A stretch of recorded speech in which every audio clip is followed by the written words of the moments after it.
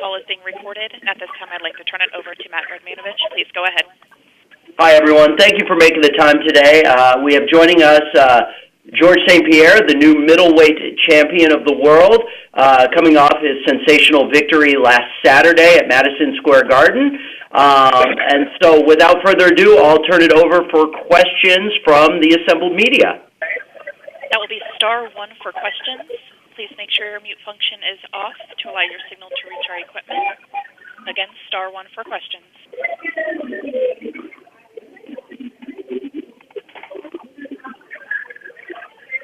Our first is from Benoit Bouidon, RDS.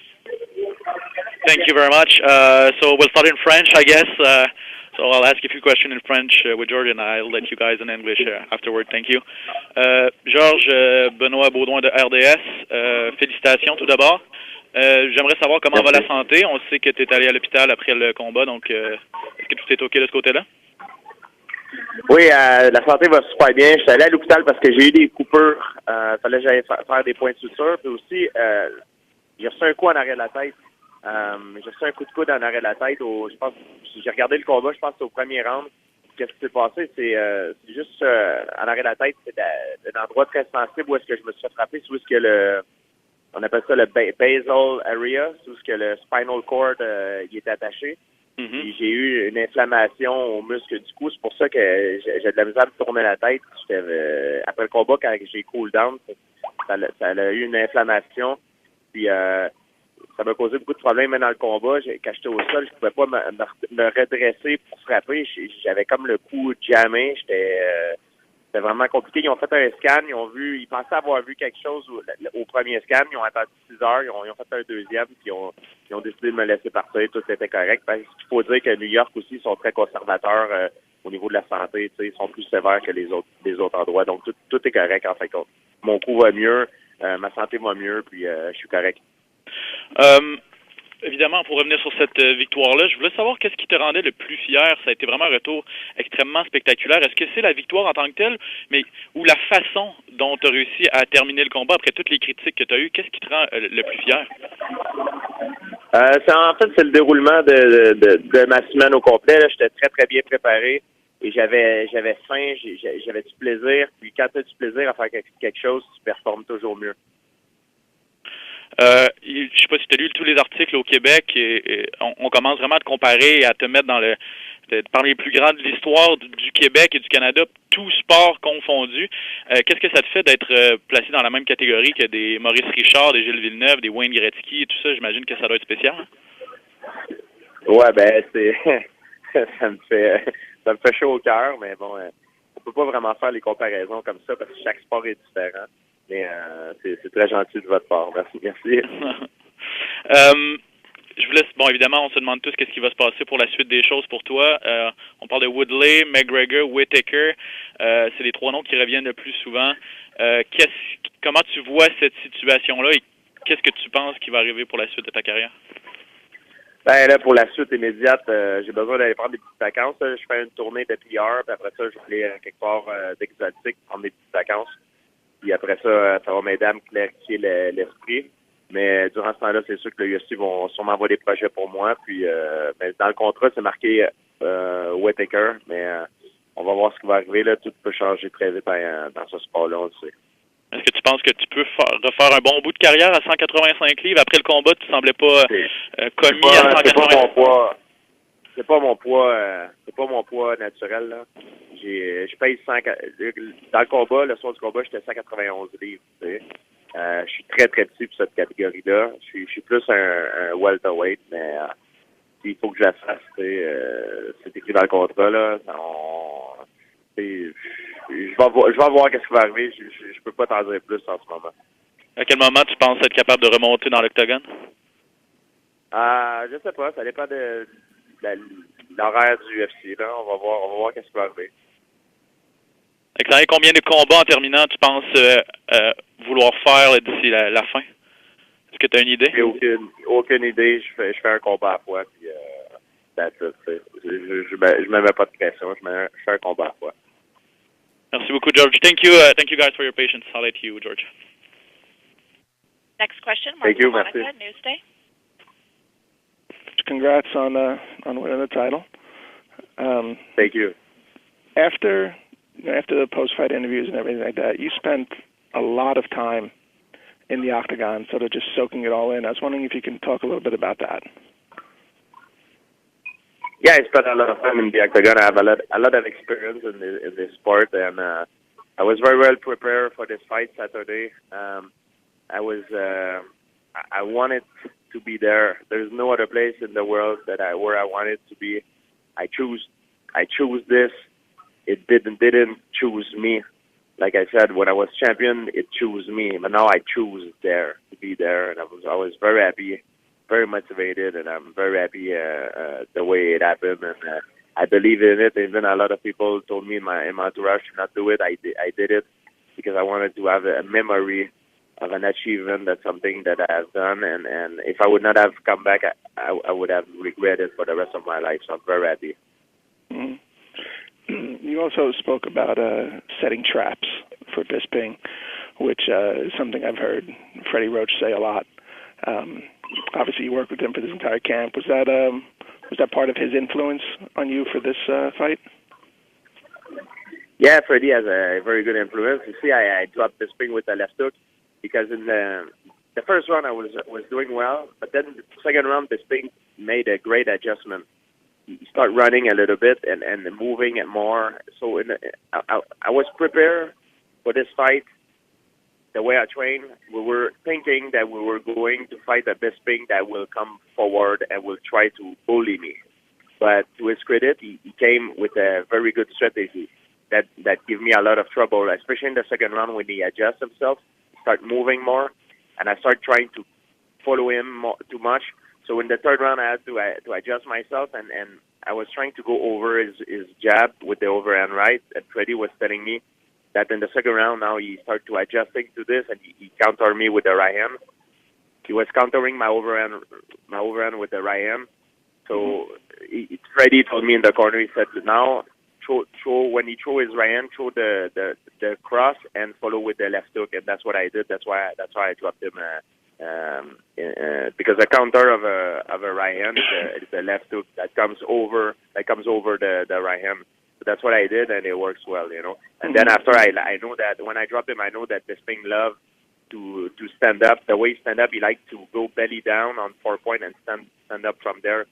So instead of wasting my energy, try to hold him down like I did before. I decided to give him the space to go belly down, try to stand up, and when he exposed his back, I took his back and choked him. That was the trap. Nice. Were you surprised with some of the, you took almost all your damage when you were on top of him, Bisping was on the ground. Were you surprised that, I guess, yeah. The struggle it almost seemed like for you to keep him down and control him like you have in the past? I was a little bit rusty. It's 4 years I haven't fought, and in those training sessions, is some part of the fight game that you can really practice. For example, like the ground and pound on the ground that come from underneath. You can't really get prepared for this. So I was a little bit rusty. It was 4 years after that fight. But there's another thing too that people are not aware. That's the reason why I went to the hospital and I spent a lot of time during that fight. I got hit with an elbow behind the head in the basal area, in the back of the skull. It's attached to the spinal cord. And what happened is when I got hit is I got kind of a flash knockdown a little bit. And I also, my neck got very inflamed. I got a very bad inflammation in my neck, and I couldn't really move my head much, especially at the end when I cooled down after the fight. It was terrible. I couldn't even tie up my shoes. It was very bad. I didn't know what it was. It was in my skull, attached to my neck. That's because of an elbow that I received. I think it happened when I rewatched that fight. I tried to watch when it happened. It happened, I believe, in the first round. It looked very insignificant when it happened, if you watch the video, but it was really there. And it's not the strength of the hit. It was more the precision of it. That's how he did. It's not his fault, we're not allowed to hit there, but it's not his fault. I think it's just in during the heat of the fight, he did it, and it's normal. And what happened is my neck was so inflamed that when I was on the floor, I had a hard time posturing up to strike because it was hurting me very bad. It was like I felt like my muscle couldn't contract. I I couldn't contract my head to posture up and strike. It was a very weird feeling. I felt like my muscle was numb and dead, and it was very strange. And after the fight, like when it cooled down, it was terrible. It was like my neck couldn't move. It was very bad. Now it's still sore, but it got a lot better now. I got treatment on it, and now I'll be back 100% pretty soon. All right. Thank you, George. It's an elbow that happened, I believe, when I did my first takedown. I was in a position that I was grabbing his leg, and he was posting his right hand down, and with his left hand he elbowed me in the back, and that elbow, that's where it hurt me. That's what I think it happened. Okay. Thank you. Next question from Stephen Muehlhausen with Sporting News. Hi, George. Thank you for the time today. It's greatly appreciated, and congratulations. And how would you rate your performance on Saturday in terms of a grade, like A, B, C, D, F? It was a B. It was okay. I did some mistake that I didn't like. At one point, I put him down, and I wasn't in half guard. I think I should have tried to pass his guard, but I wanted to stabilize my position, to ground and pound a little bit, but I couldn't do it, and I had a little injury in the back of my neck, that was bothering me like crazy, but it was very hard. Michael Bisping, he did a great job. I don't want to take away the credit from him. I was expecting a guy that will come straightforward, try to knock me out, and try to bully me and sprawl and brawl. But instead of that, he used a lot of footwork and fakes, and he really caught me off guard, and he did a great strategy. He made me fight. The fight happened. The fight was very different than I thought it was going to be, from his part. So, congratulations to his coach, and obviously he's got an amazing team with him. He was very well prepared. He did his homework. And follow up to that, you were talking about your neck, and you said it's still a little bit sore. Are you going to get your neck checked out, or are you just going to let time? I did. See what happens. I did get it checked out. What happened is I have a muscle in the back of my head that attached in the skull that were extremely that were inflamed, and I got hit with the elbow, and it's called the basal area. The basal is a bone. There's a bone there that is about the thickness of a sheet of paper, and it's attached to the spinal cord, and it's very dangerous. It's not the force of the blow. I think it's the precision of the blow. It's a bad luck in a way that it happened like that, because when you look at the elbow itself, it looked pretty insignificant, and but it was just well put, like very precise, and unfortunately I got a victim of it, but it was hurting me very bad. Like after the fight, the inflammation was crazy, and even like sleeping, just getting in the car was hard, like just getting into a car, like you have to bend your head over. It was very hard for me. I was in a lot of pain, and I got it checked out. Everything was good. In New York, they're very conservative, so they take a lot more precautions with the health, and they send me back to the hotel at home when they knew 100% I was okay. So it was good. And one final question, because I've seen this morning, and I've seen a couple different middleweights talking about, they want to know what you're going to do, and you were not too sure when you did your interview with Joe Rogan. You had Luke Rockhold come out saying that, if you're not going to fight at 185, you should just drop the title and let the division move on. Do you want to stay at middleweight, in regard to Luke's comments, or are you still testing the waters to see what you want to do?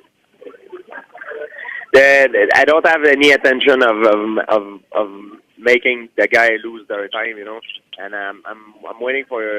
I'm gonna go on vacation next week. We're gonna go on vacation and talk about it with the UFC, see what the next move. And right now, my contract is written that I have to fight Robert Whittaker, but I have a lot of things can happen in MMA. you see things change all the time. Thank you, George. Again, Thank you. that is star 1 for questions. We'll go next to Nick Baldwin, SB Nation. Hi, George. Thank you very much for the time. We appreciate it, and congratulations on the win. Just to follow up on Steven's question, where did you feel better? Did you feel better at middleweight with 15 extra pounds of muscle, or did you feel better in the past at 170?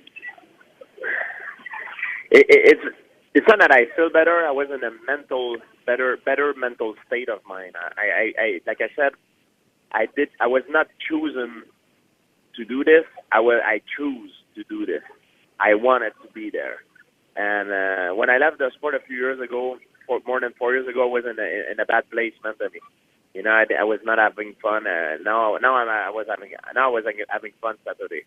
I mean, having fun to a certain extent because you get hit in the head. You know, fighting is fun when you hit the guy, but not when you get hit. And I took a good hit as well. But what I mean by that is I wanted to be there. You know, I did this because I wanted to, not because I had to.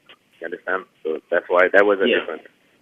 You seemed to tire a little bit in the second and third round before finishing Bisbing. Was that due to the extra muscle you put on, you know, ahead of this fight, or do you think that was mostly related to ring rust? Now, the thing that people say I was tired, I was not really, like, I mean, I was tired. I was not, like, fresh, but you're tired during a fight, but I was not, like, tired in a way that people think. The problem is the way it happened, I'm going to explain to you. The first round, I was fighting Michael Bisping. I was fighting a Michael Bisping that was a little bit more holding his ground, so to speak, you know. He was getting more into the exchange and stuff, and you know, I was scoring very well. He was doing very well. When I came back to the second round, I think that his coach gave him some advice to move more, to use his footwork more, and to counterpunch me instead of going first on me.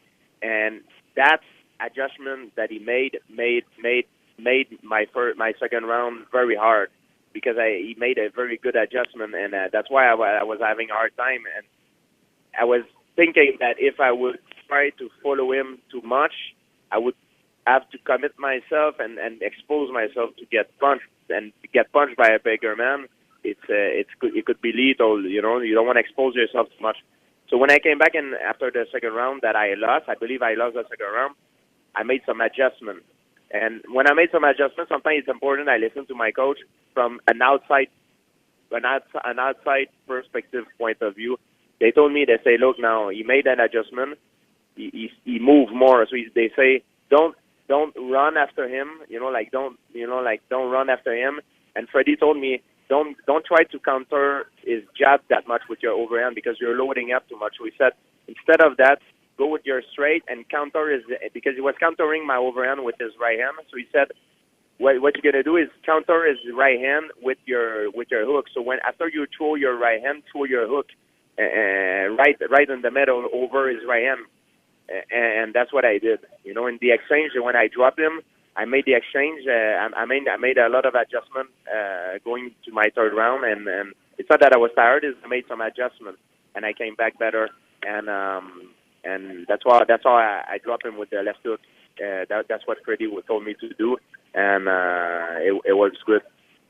And then after when he was on the ground, I know that this thing like to stand back up by using a technique to go belly down. You know, use 4 points to go belly down. So I stroke him, I put him down, I strike him, but I couldn't take him out because he was like protecting himself very well. So I knew he wanted to stand up, so I literally, it's called a slide by. I slide by his leg, and he tried to go belly down to stand up. So I let him go belly down, and I took his back. That was a trap that I set up. And I know you said you are planning on going on vacation next week, but do you have any sort of idea when you'd like to fight again? Is that even on your mind? No, I'm going on vacation to forget about fighting, to not think about it. But like I said, it's not my job to think about that. It's the UFC and my agent. They're going to talk about it and see what's the next move and fit. And one last question for you, George, and thank you again for the time. How much longer do you expect to fight? Well, for sure that I don't want to do is I know the title has been held for a long time, and that's not my intention. gonna be news about it in the next few weeks, but I'm not gonna. I don't plan to hold the title and not not defend it or whatever. Like I'm not gonna do that. I know there's other guys in line, Luke Rockall, Whitaker, and all these guys. They have a family to feed, and I don't. It's not my intention to put everybody on freezing. That's not what I want to do. And one last question for you, George. How much longer do you expect to continue fighting? Of course, you came back after a 4-year layoff. You looked really good. How many more fights do you think you'll have? How long do you continue in the second part of your career? I'd always take one fight at a time, and I wanted to do something to make history, to do something that never been done in the sport before, and that's my goal. To raise the bar and to do something new. That's what motivates me. That's what that I strive upon. Awesome. Thank you, George. Thank you. Next question is from Stephen Morocco with MMAJunkie.com. Hey, George. Quick question. Would you be willing to fight Robert Whitaker in Perth, Australia, or would you want your first title defense to be in Las Vegas or somewhere else? You guys are quick. You come with the same question with different angles. But it's okay. Like I said, I don't know. I'm going on vacation now, and Dana White is gonna talk with my agent. They're gonna figure out, and we'll see after I come back from vacation where my what I want to do, where my head is, and see what's gonna happen. And like I said, I have no intention of holding on the belt and freezing the whole division. That's not what I want to do. So you guys gonna be up to date soon. Okay, gotcha. I mean, yeah, you're right. We are asking pretty much the same question. I'm just wondering. There's a lot of speculation because Robert Whitaker is in my contract. If I want to come back, if I want to fight again, it has to be against Robert Whitaker at 185. That's in my contract. I cannot go fight, for example, Tyron Woodley or go fight another guy. In my contract, if the UFC doesn't want me to fight anywhere, I have to fight Robert Whitaker. That's my contract. That's the term of my contract. Why just one fight at middleweight? Why just one? Is that what you stipulated, or was that what they stipulated? No, because the UFC did not want me to go middleweight and drop the belt, go to another weight class, because they want to protect. It's a business. They want to protect their belt. It's normal from their point of view. That's why they wrote that clause in my contract. Do you eventually want to return? I mean, are you saying right now that you fight Robert Whitaker and then go back to welterweight? I don't know. I don't know yet. I have no idea what's gonna happen. I'll find out soon, but I don't know yet. Is there any chance you might go on vacation? Any possibility you might just say, I don't want to fight anymore. I've done what I wanted to do. I came back. I won the middleweight title. I'm going to hang it up? I don't know. It's a good. It's same again. It's the same question that come back from a different angle. That's how I cannot talk about this. I don't know right now. And I understand it's normal. But I don't even know myself. Gotcha. We'll see what's going to be the next move. Awesome. Thank you. Comes from Nicholas Landry, RDS. Salut Georges. La veille de ton combat, on avait parlé à Jeff Gaudreau après la pesée. Il avait dit que le but était de te remonter à 200 livres. Puis je sais qu'après le combat, quand t'es passé avec Pat Côté puis Jean-Paul Chartrand, t'as dit que ta reprise de poids avait crashé, tu n'avais pas pu monter en haut de 191. Peux-tu nous expliquer un peu le processus de ces 24 heures-là qui s'est passé au juste? Ouais, ben c'est ça, j'ai pas pu remonter à 200 livres, là. Mon corps a peut-être crashé, je sais pas ce qui s'est passé, là. On qu'on check ça, mais j'étais 191. Je me sentais bien par contre, mais c'est juste que c'est différent de ce que je fais d'habitude avec JF. Mais je me sentais très bien. C'est peut-être que mon corps a crashé, c'est peut-être une raison physionomique ou c'est que durant le camp d'entraînement pour monter mon poids, je me forçais pour manger même quand j'avais pas faim. Même j'avais des reflux, des reflux qui remontaient des fois quand j'allais vomir durant le déjeuner. Je trouvais ça très, très dur de manger comme ça, tu sais. Mais il fallait que je le fasse pour gagner la masse musculaire. Ça a été des mois très difficiles pour moi. Là, je suis en vacances, je relaxe. En ce moment, je suis en train de faire un jeûne, justement, juste pour nettoyer mon système, pour justement, parce que là, je vais être surtravaillé durant les derniers mois. Donc là, j'essaie de relaxer mon système, mes organes, tout ça, faire un jeûne pour faire un détox de mon système. Et à quel moment dans le processus, à peu près, tu t'es rendu compte que ça fonctionnerait pas, là, que tu serais pas capable de monter plus haut qu'un certain point? Le matin du combat, quand j'ai pris mon déjeuner, j'étais allé vomir. Puis j'étais 191. Quand je me suis levé, j'étais 191. Après ça, après avoir vomi mon déjeuner, une partie de mon déjeuner, j'étais 192. Fait que là, j'ai dit, ouais, je pense pas que je vais être 200 livres pour le combat. Ça marchera pas. Parce que des fois, je me demande si c'est vraiment de la masse musculaire ou si c'est le fait que c'est de la nourriture qui est prise à l'intérieur de toi. Tu sais, c'est ça qui est dur des fois si on ne sait pas. Tu sais, c'est dur à dire. Tu sais, c'est la première fois que je faisais ça. Tu sais, je pouvais pas te dire. Ça fait 6 mois que je marchais à peu près à 199 livres avant d'aller dormir. Le matin, je me levais, j'étais à 198. Mais quand j'ai perdu à 185, après ça, j'ai pas pu remonter. Mais tu te sentais bien le soir du combat là, dans l'octogone, t'as pas senti que ça te... Oui, je me sentais très bien. J'étais bien hydraté, ça c'est l'important. OK, une petite dernière. Là, je sais que tu veux pas parler de ton avenir, je te gosserai pas avec ça, mais on commence, là, il y a plein de monde qui te voit, qui rêve à te voir affronter McGregor. Je me demande, c'est Conor McGregor, je me demandais juste si pour toi, si ça arrive, ce combat-là, ça serait-tu important que ça compte? Il est pas sur mon radar, parce qu'il compétitionne à une catégorie de poids différente de la mienne. Mais il n'y a rien qui est impossible à MMA. Mais pour toi, ça serait-tu important que ça compte pour une troisième ceinture, un combat contre lui? Comme je te dis, c'est pas sur mon radar. Je peux pas aller ça me tente pas d'aller à 155. Ça me tente pas de jouer avec mon corps comme ça. Je pourrais peut-être le faire, mais ma santé, c'est plus important que les titres et la gloire du sport. Okay, c'est ce que je voulais savoir. Merci beaucoup. Bonnes vacances. Merci. Next question is from Jeffrey Harris, 411 Mania. I have to wash my hands. Good morning, George, and thank you so much for your time, sir. And I wanted to congratulate you on an amazing fight and an amazing performance, history-making performance. Congratulations on your middleweight title win, too. I was curious, when you left the UFC back in 2013 and you were welterweight champion, were you feeling complacent? And on any level, were you not feeling challenged at welterweight? No, I was I was challenged like crazy. I felt a lot of challenge, but I felt like I was not happy. I was not happy. It was a lot of things in the sport that was different back then. The performance enhancing drug and I felt like it was always the same thing. And then that repeats itself with new challenger that always says the same thing.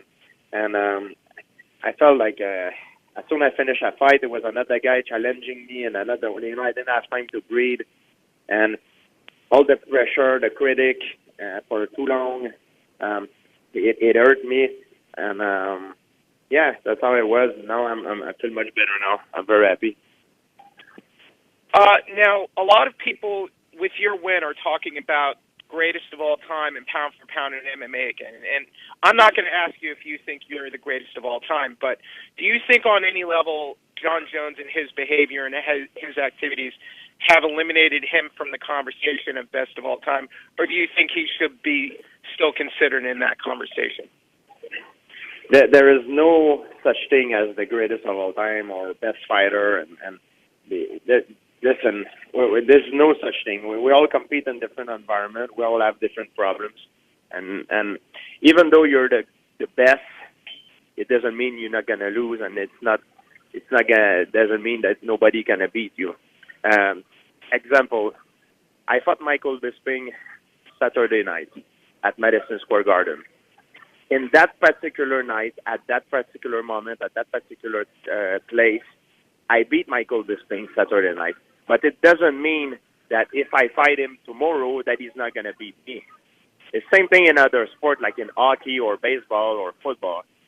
The best team sometimes can not always win. The team that wins, it's the team that play the best the night of the game. Same thing in fighting. People think fighting is different. Oh, this guy is stronger than this guy, so he's always going to win. That's not true. maybe one day I'm going to make a mistake and I'm going to lose, to a guy who's not as good as me. But maybe 9 times out of 10, I will beat him. So there's no such thing as the greatest of all time. It doesn't exist. It's an illusion. And we can stipulate about it, in terms of achievement. And it's because that's what the way I think now is because of the experience, that I gained over the time.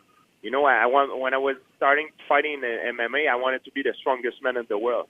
But there's no such thing as be the strongest man in the world. Everybody can beat everybody at any given day or at any given time. That's what I've learned. There's no such thing as being the strongest man in the world. You can be the best one day, but tomorrow you're not. That's the truth about the sport. You defeated Bisping by submission, and I think that was your first submission win in about 10 years.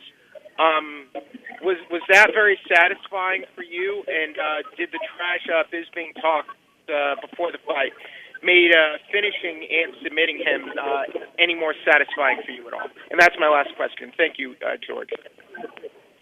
I said before that the way I train, I was more opportunist, and it's true.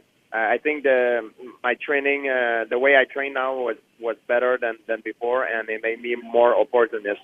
And it was a reflection of how my training was. He gave his back. I had an opportunity to finish him, and I jumped on him. And I was more opportunist, and I think it shows during that fight.